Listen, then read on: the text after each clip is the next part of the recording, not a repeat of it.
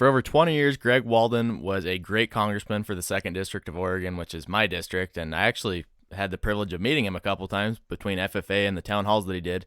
But last fall in 2019, he decided that he would not be seeking re-election. So about a month ago now, Cliff Bentz was elected to fill that seat, and today he's on the podcast to talk with us about it. I'm Justin Sharp, and you're listening to The Sharp Side of the World.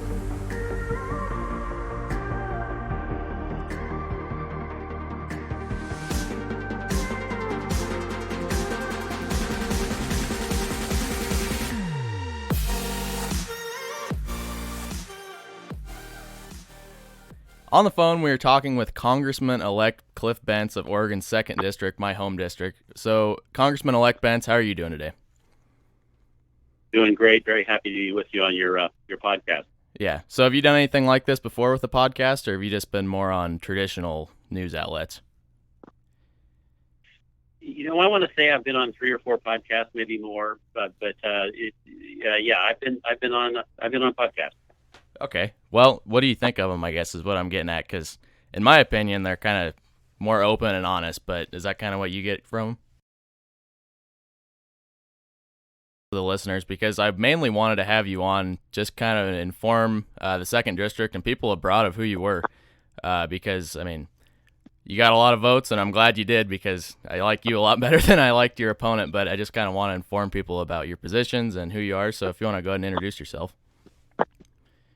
Well, thank you, Justin. My name is Cliff Bentz. I'm a 3rd generation Oregon. My grandfather and grandmother both were born in Chicago or close to it, and then my granddad went down to Texas to live with my great uncle, who was the person running a meatpacking company's Swift meatpacking company's ranches in Texas. And Swift decided to buy the what is now the bird refuge up outside of Burns, and they bought it back in 1916. And Granddad came up from Texas to help Swift run what is now the bird refuge near French Glen. So he stayed when Swift went back to Chicago. We bought some ranches, traded for a small ranch for a bigger ranch. He eventually ended up with the White Horse Ranch down near Nevada, but still in Oregon. And that's where I was raised until I was 10. And then we moved up near Druzy. And I was there with my 5 younger brothers and 1 older sister, and my mom and dad. And that ranch was where I lived until I was 22, when I left to go start focusing on being a lawyer. And I practiced law for 30 years. In full-time in Ontario, the broad general practice that spread clear across what is CD2, actually, Congressional District 2. Broad general practice, a bunch of trial work for the first 10 years or so, and then into more transactional work. I had a long-time interest in politics, and so in the late 1980s, I asked to be put on the Water Resource Commission and was for 8 years. And then I went on the school board, and then I went to the Oregon House for 10 years, then the Oregon Senate for 2 years, and then resigned in January of this year to run full-time for Congress. And now, having been elected, we'll be sworn in on January 3rd and start a 2-year term in Congress representing Congressional District number 2. It's a huge honor, and I look forward to it. So I'm married to Dr. Lindsay Norman. She's a veterinarian. I have 2 wonderful children, Allison and Scott. Allison's becoming an electrician, and my daughter is becoming a nurse. And then we have, because my wife's a veterinarian, a bunch of dogs and a bunch of cats, and I won't bother you with their names. And I'll just stop there. Well, that's actually a really great story. So I want to start at the top, because your life path from about the time you were, in high school to when you went to practice law, that sounds a lot like what I want to do with my life. So when you were in high school, did you kind of always have an interest in politics and law, or were you wanting to fight for agriculture? How'd you get going down that route? I think fighting for agriculture is a natural thing for all of us who've been raised on ranches and farms. We want to protect them. We understand their value, both in the nature of the people that have to put up with the elements and all the challenges, the risk the real risks that go with ranching and farming. And so you want to protect that space because it's a really, really valuable space. As far as politics, I knew when I was 14 that I was going to become a lawyer and wanted to go into politics. And that was because on the ranches, we did not have television and we did not have telephone.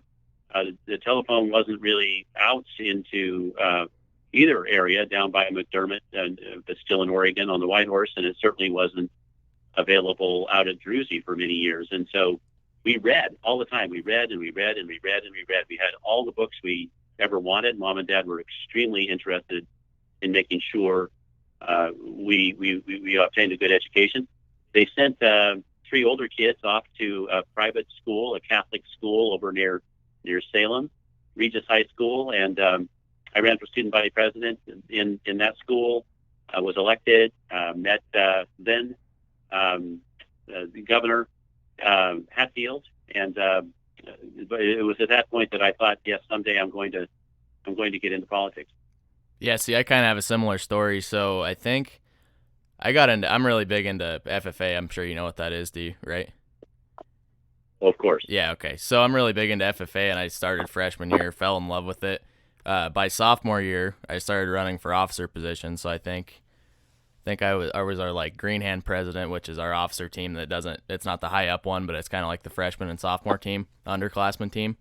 And then by junior year, I ran for chapter president and our district officer team, which is I think 7 districts in Central Oregon, and I got elected there. Instantly fell in love with that. And then I went to Washington, D.C., not last summer, but the summer before, and got to meet Greg Walden and toured the city. And it was basically instant. By the time I got back home, I was like, yep, I definitely want to go back there for college and try to make a way in D.C. And either it's getting elected to an office or working for for somebody who is elected. It's definitely what I want to do with my life. So kind of cool how we have similar stories. Well, FFA is a wonderful organization and does offers an incredible opportunity to ranch and farm kids, and I'm hugely supportive of FFA, and very happy to hear you've been back to Washington. And I'm sure if you went back now, you would notice a real difference. The place is empty. The town is shut down. It's really something to go back there now. If you want to look for a parking space, you don't have to look very far. I mean, there's nobody on the street. It's really something. But glad you went back. Yeah, because you've been there probably pretty recently, haven't you, for orientation? Most of the past 3 weeks. Okay, what's your favorite part of it? I mean, obviously it's not an optimal time to go, but what would be your favorite part of it? Well, I think the favorite part is watching the leaders of the Republican caucus, Kevin McCarthy, Whip Scalise, Tom Emmer, be so happy because of the number of seats we picked up. We've moved up. The half is, a majority is 218, and we may get all the way to 250. And I think right now we're somewhere around 213. And so the leadership of our caucus is extraordinarily happy, and so am I. Having spent 12 years in the Oregon Legislature, never one day in the majority. And so the fact that we are so close to being in the majority in Washington, D.C. is a really, really great feeling. Well, yeah, nobody thought it was going to happen either. That's the crazy part Republicans were actually expected to lose seats if you looked at the polling about a week before the election, but it just kind of came out of nowhere. Well, I know. Yeah, I would suggest that if you look at what Steve Scalise did, congressman from Louisiana, he was the gentleman that was shot at the congressional baseball game, right? Exactly. Yeah. And is a wonderful guy, and he worked himself just crazily to raise the money and visit and do fundraisers and do speeches. He covered the United States all over the place by plane, and the same was true for Kevin McCarthy. They both came out and helped me with separate meetings, one up in Portland, one down in Medford. I mean, they really, really, really worked at it. Yeah, which is very good. What do you think of the president? I mean, we can talk about this right now. I was going to get to it later, but what do you think of the presidential election? Well, I supported President Trump totally in the race. he's a what I will call an unconventional person in many respects, but his policies help my district a lot, whether it's in timber, whether it's in water, whether it's in federal land management, whether it's in the spaces that are so important to all of us, right to life issues. He was and remains very supportive of those issues. As far as the election goes, I think the president hurt himself in that first debate. I think for he sure. could have done Yeah, I completely lot, agree. lot better. I think, but for that, he probably would have won the election, and then we would have had people who are the head of our agencies that are supportive of private enterprise and systems that reward those who take risks, like farmers and ranchers, as opposed to those who do nothing. So I'm a big supporter of our president. The problem is we live by whoever gets the most votes, and if you don't get the most votes, then you don't win. Right now, there are challenges going on to determine who got the most votes. The votes have to be legal votes, and we have a system that's set up to make sure to double check, if you will, what happens in our many elections across the United States. And if you are unhappy with the outcome, and Lord, goodness knows many people are, you are free to take what facts you have to show that the rules weren't followed, or at least try to show it. And you have that opportunity. And the president's been availing himself of those opportunities and continues to do so. So there's still issues to be resolved. And after they are resolved, however, if the president ends up not winning, then we will support the results, because that's how America works. Yeah, that's exactly right. We'll dust ourselves off and we'll say, okay, we're gonna have another election in 4 years. Let's get going. Yeah, and that's how America works, and that's what's going to happen. But I don't want to in any way do anything other than support the president's desire to try to make sure that everything was done right. He has that any of us have that absolute right to challenge outcomes if we think they were done incorrectly, and that's what he's doing. Yeah, for sure.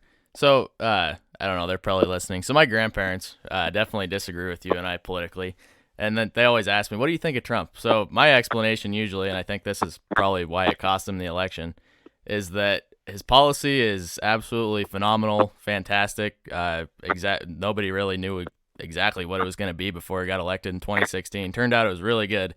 But his rhetoric, and I'm not the only one that says this, I kind of take this from Ben Shapiro, is he's a hammer in search of a nail.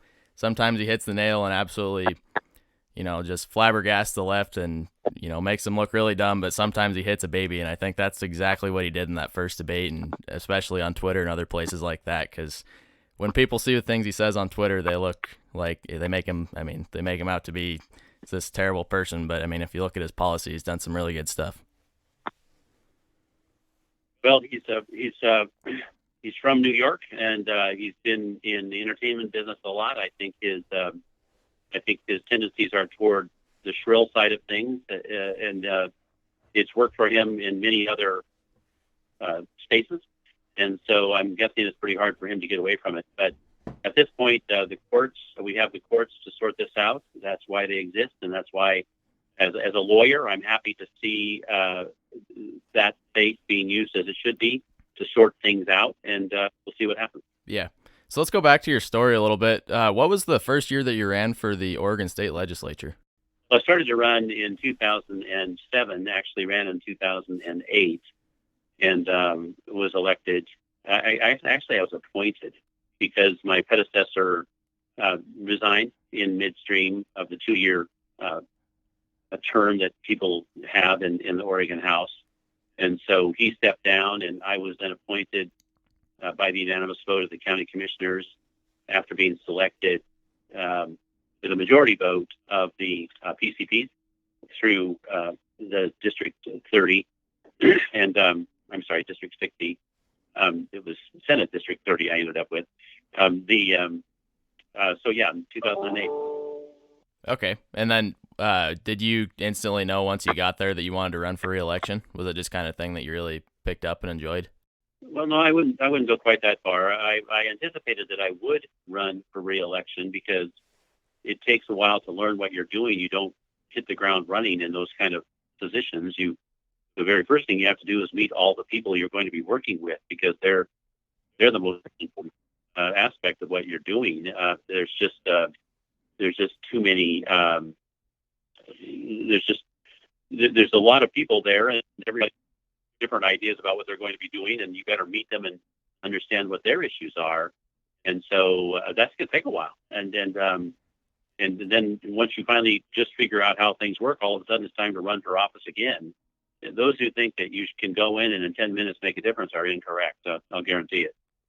Yeah, but yeah, I mean, on our school podcast that I do, we've talked to both Dennis Linthicum and Vicky Breeze Iverson, which are the two that represent me, and they said the same exact thing. It's you can run and you can campaign all you want about the change you're going to make, but when you get in it, it's a vastly different world. Well, it's no different than anything else. If you bring somebody out to work on the ranch that has never been on a ranch, do you just turn them loose with a set of cattle and go, hey, have at it? Definitely not. Really, just like anything else, you've got to learn the space and the material that you're working with are other people.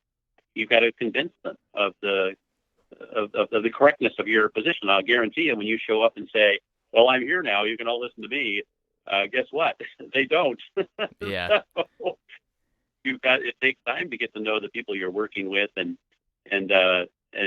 get them convinced that whatever it is you have in mind or your constituents have in mind is the right thing to do. And it doesn't just happen overnight, no more than it would happen, when somebody new moves into a ranching community. How many years before they're part of that community? It takes quite a long few. Time. Yeah. So, why would the legislature be any different? Yeah. So what kind of things did you work on in the House then? Were you on any pretty major committees? What kind of stuff did you do there? I was there for 10 years, and so the first couple of years I inherited the committee positions that my predecessor held.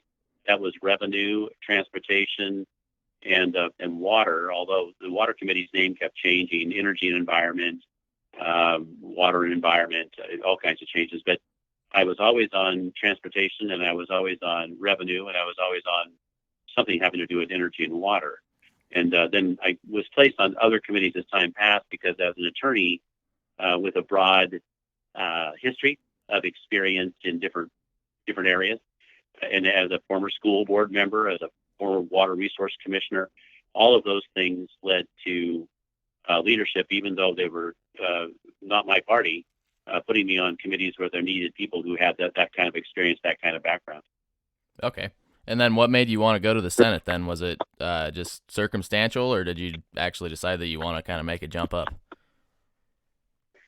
Well, I had always wanted to be in the Senate because one of the attorneys in our firm here, Tony Atturi, had been in the Senate, and that was one of the reasons I joined this law firm many years ago, because I felt that if I could speak with him and understand better how he ended up in the Senate, and more importantly, how he got things done. I think he was in for 15 years. He was extremely effective legislator for the state of Oregon. And indeed, when I got here and met him and as time passed, I learned how he got things done. And then I always thought was love to be able to go into the Senate and see if I can't repeat what he had done successfully. So sure, when the opportunity opened up, I asked to be appointed to it. Nice. And then I'm sure probably the biggest thing you did in the Senate was, well, I don't know if it's the biggest thing, but the most well-known was you probably participated in the walkout for House Bill 2020, right? Yeah, participated probably is a little bit of an understatement. There were 11 of them. I had been asked a year and a half earlier by the president of the Senate, Peter Courtney, to help lead a carbon committee. I told him that really that probably wasn't where I would be best suited. Best suited would be on tax or transportation. And he said, no, he wanted to be on the carbon committee. And when you're being asked to do something by the president of the Senate, you generally listen, even when they are of the other party.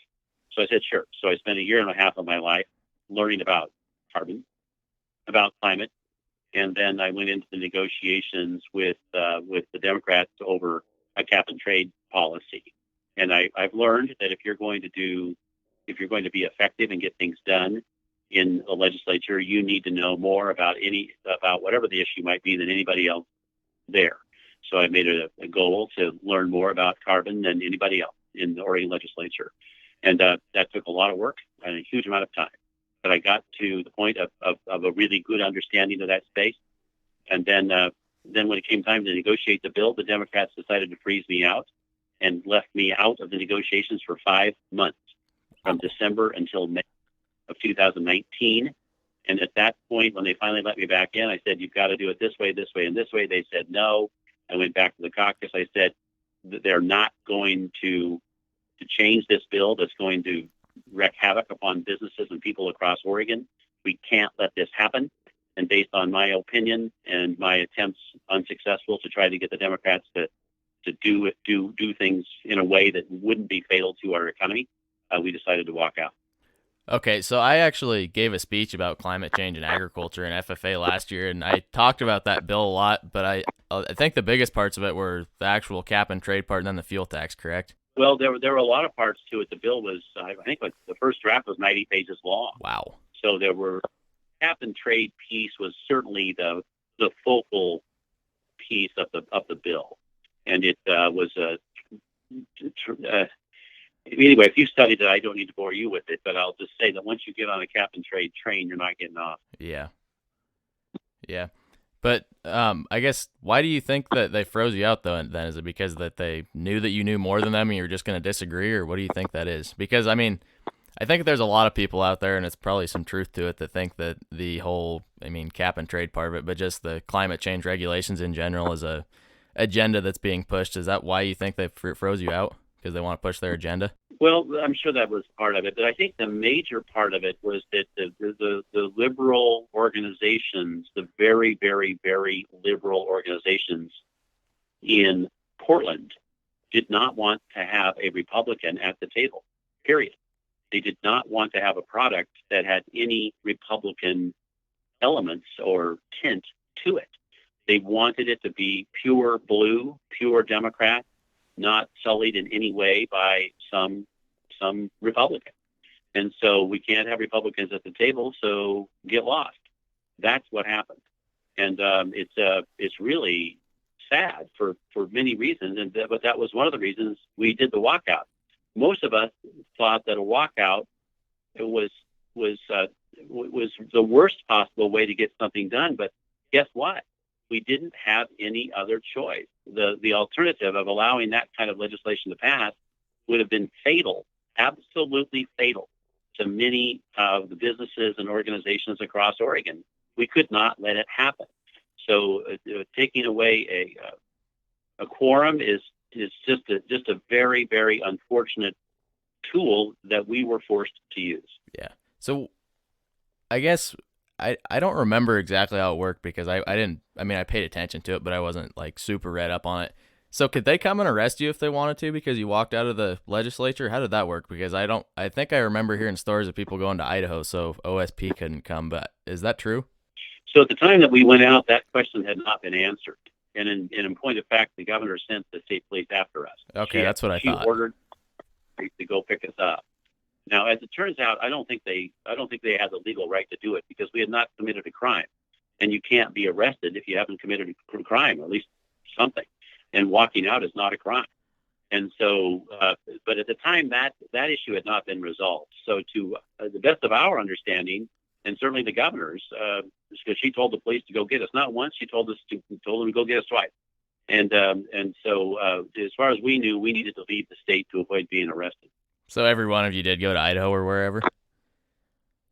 I think 5 of us went to Idaho. Other people went to California. Some people went back to the South. I think somebody was in South Carolina. Wow. There are people all over. But the 5 of us ended up in Idaho. Huh. That's actually a pretty cool story. But, you got to do what you got to do. But I see what you mean is if you want denying a quorum, probably it's not something you want to do often. No, it isn't. In fact, if you go back and look at history, you'll see that Abraham Lincoln attempted to deny the Democrats a quorum by leaping out a window.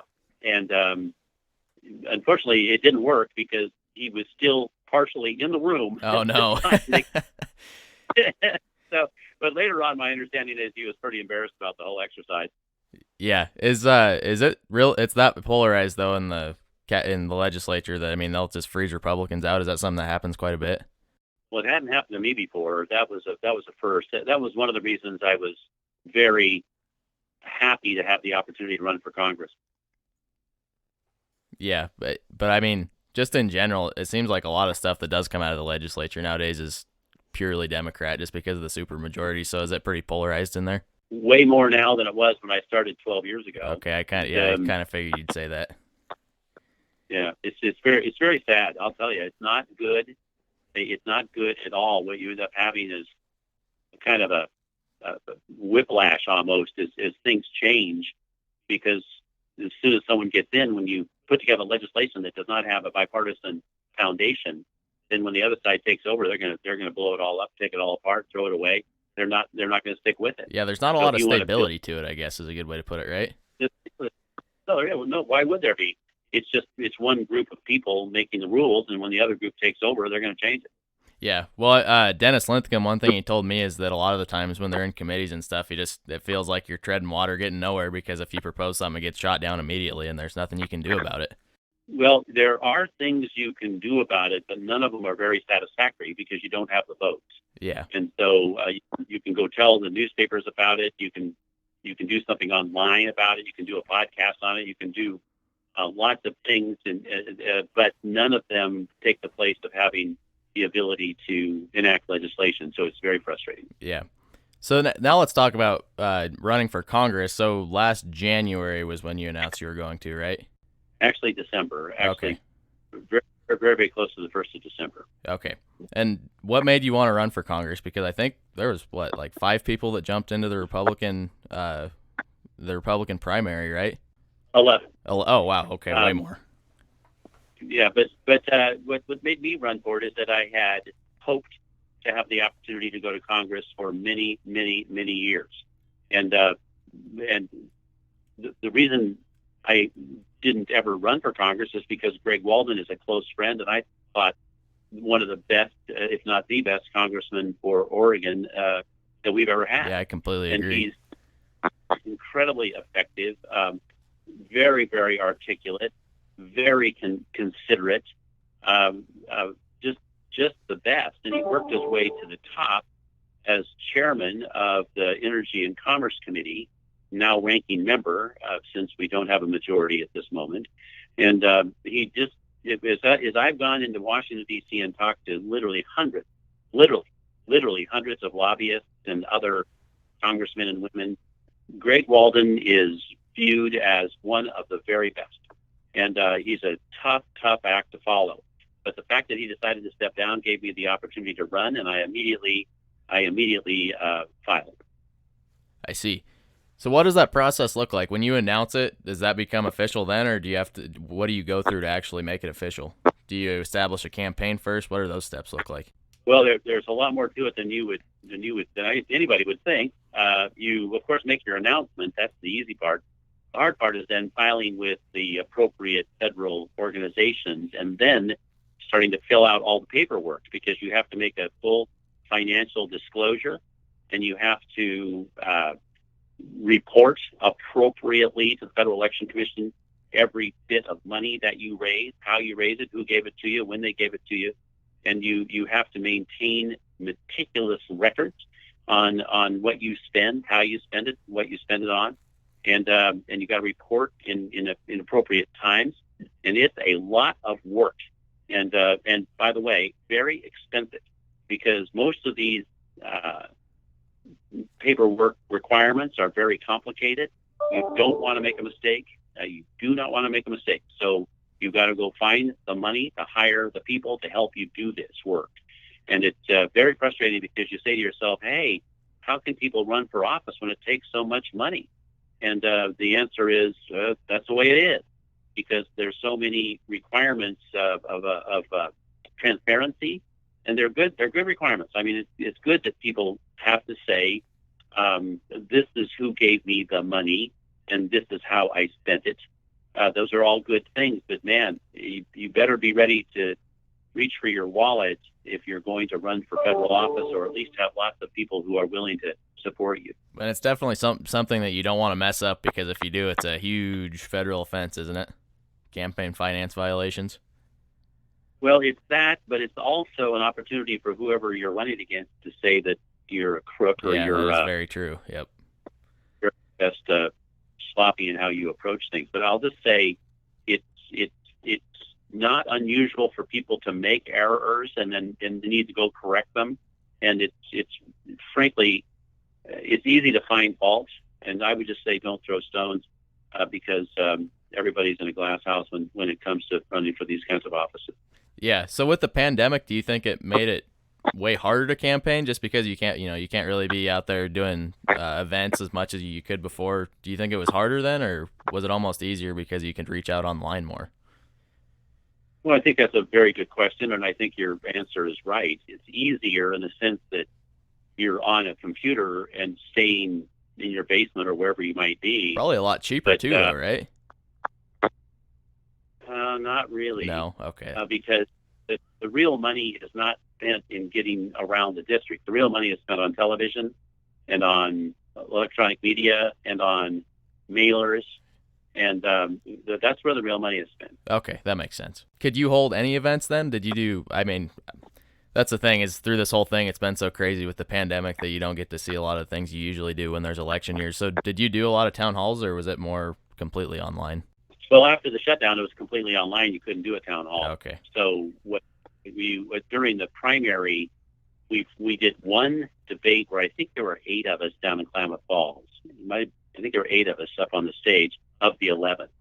And that was an interesting debate. It was the only one where we were all together in person, because then we all flipped over to doing Zoom debates, and they were very awkward. Oh yeah, those are tough. Very. The other problem with them is they're not very well attended. They're boring, and they're awkward, and so it was not the best way to share with everyone who you are and what you plan on doing. And also, there's a lot of learning that goes on when you're not familiar with Zoom, and certainly not familiar with debating on Zoom, but or any one of the other devices that's available for that purpose. But you learn, and that's what we did. Yeah. How many people showed up to the first debate? I'm going to say 150. Oh, wow. Down in Klamath Falls. And did it get recorded and put online too? I honestly don't know. Okay. Well, I'll have to look into that because that would actually be really interesting to watch. Yeah, please. Yeah. It'd be great. Yeah. And then I guess this is kind of just a broad question, but was there any key differences that you could see between your campaign and others that made you win the primary and then go on to win the general election? Or was it kind of just, you hope you do the best you can and hope for the best? The key difference is I didn't attack anybody. Okay. I'm actually glad. Thank you for doing that because it gets really annoying. Yeah. Well, what ended up happening is that Dr. Bueller attacked Mr. Crumpacker, and Jimmy Crumpacker attacked Dr. Bueller, and then there was a little bit of that, not very much. Jason Atkinson out of Southern Oregon, and then there was me. So the 4 of us were the primary players in the group of 11. And so what ended up happening is Newt raised about $1.4 million. Crumpacker about $800,000-900,000. I raised a little less than $600,000, and I think Jason raised around $250,000. I can't remember, but we ended up winning by 10, 11 points. Okay, I see. And then going into the general election, what was your strategy there? Well, the strategy was to make sure it was clear that I supported our president, make sure it was clear I had a record, and I'm happy for anybody to look at it. Make sure people understood I was an expert in the area of water law, because I am, and make sure people understood that I was running not for me, but for the people I want to represent, and then wait to see what my opponent was going to do. My opponent, I think I raised something close to $800,000 for the general election, and my opponent raised $17,000. Wow. And so, obviously, now we did not know that, by the way, until the reporting period ended, which was around the mid October. So you're basically a couple of weeks away from the election, so you have no idea what might happen in the last 3 to 4 weeks. The my Greg Walden, in 2 years earlier, had spent $3 million retaining the seat, and his opponent had spent 1.7 herself, and I think there were other groups that came in that brought her up into the $3 million range. So that had been a $6 million race 2 year earlier. And so I think what had happened is everybody looked at the registrations and saw that Republicans enjoy a 12-point registration advantage. But that's changing. Everyone should understand that the non-affiliated voters now outnumber both the Democrats and the Republicans. Huh. That's actually really interesting. Why do you think that is? Because of motor voter, and what's happening now is when kids go get their driver's license, they are automatically registered. They can't vote until they're 18, but that automatically registration registers you as an NAV, non-affiliated voter.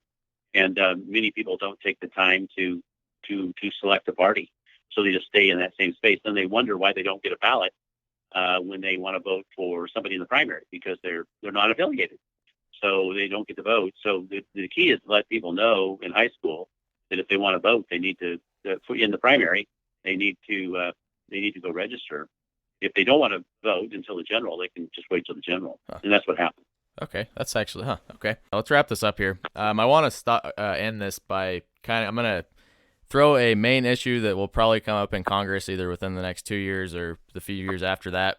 And I just kind of want to get, take all the time you want to respond, but just kind of want to get a pretty well-rounded position from you. So let's start with mail-in voting. It works great for Oregon. I don't know about other states.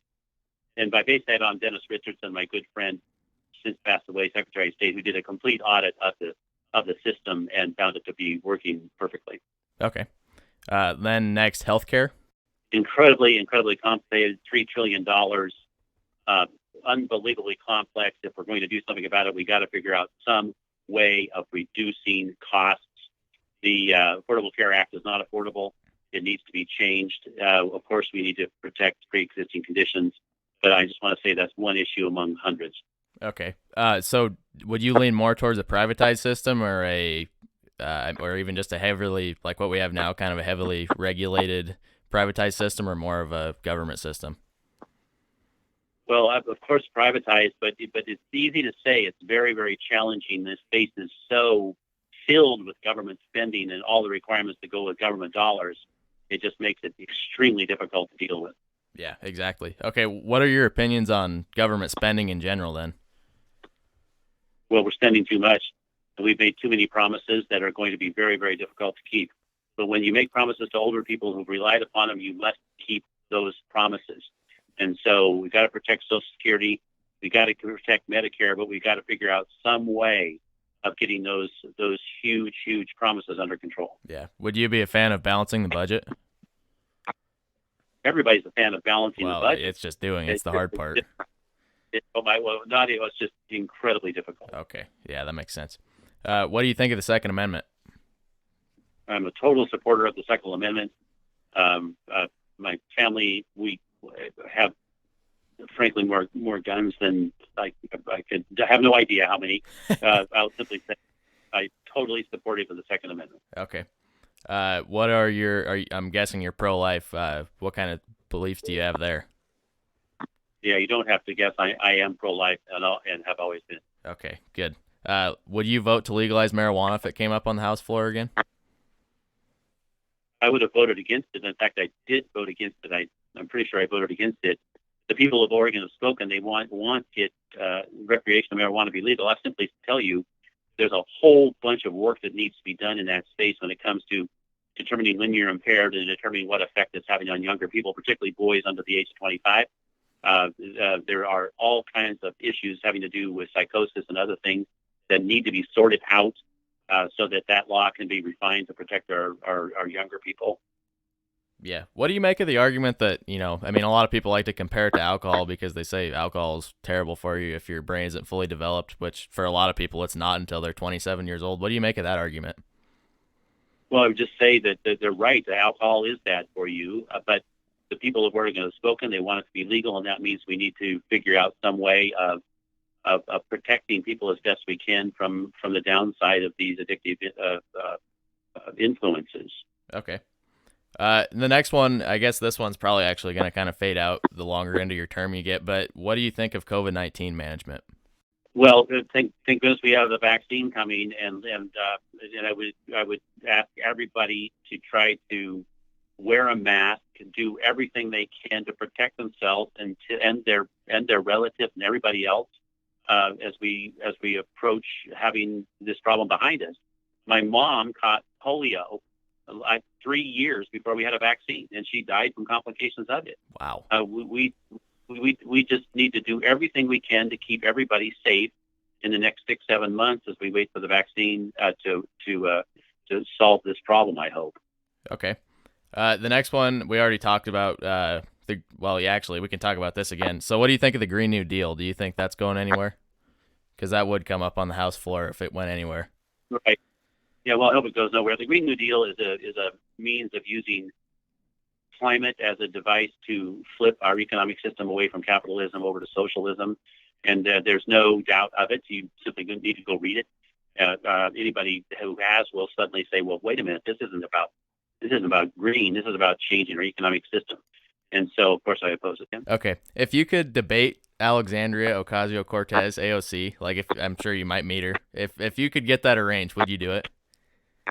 Oh, of course. Okay, I want to moderate that debate if it ever happens. Yeah, right. Well, I want to meet everybody there. That's what you have to do, and I look forward to meeting everybody, including AOC.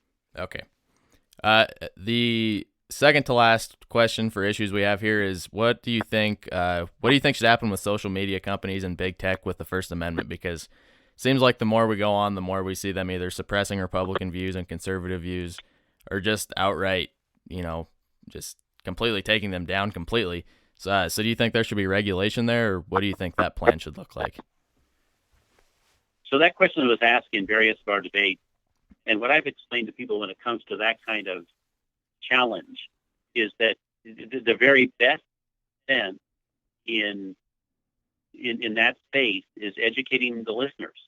So you got to go to your kids and you got to say, look, whatever you're listening to, wherever you're listening to it, be skeptical, check things out, because this new means of everybody being able to talk and say whatever they think fills the people's telephones with stuff that isn't true. And the only way to address this, now that we've unleashed this I hate to call it a monster because I don't think that's the right word. I think it's a cross between an opportunity and a huge danger. But you got to go to the kids who are watching this and everybody and say, look, much of what you see and what you hear is simply not going to be true. So don't carry this thought into these spaces that whatever you read is true. It's not. And as far as trying to go in and regulate, good luck with that. Yeah. This is the podcast is the best example of how many new means of getting people's positions out there exist.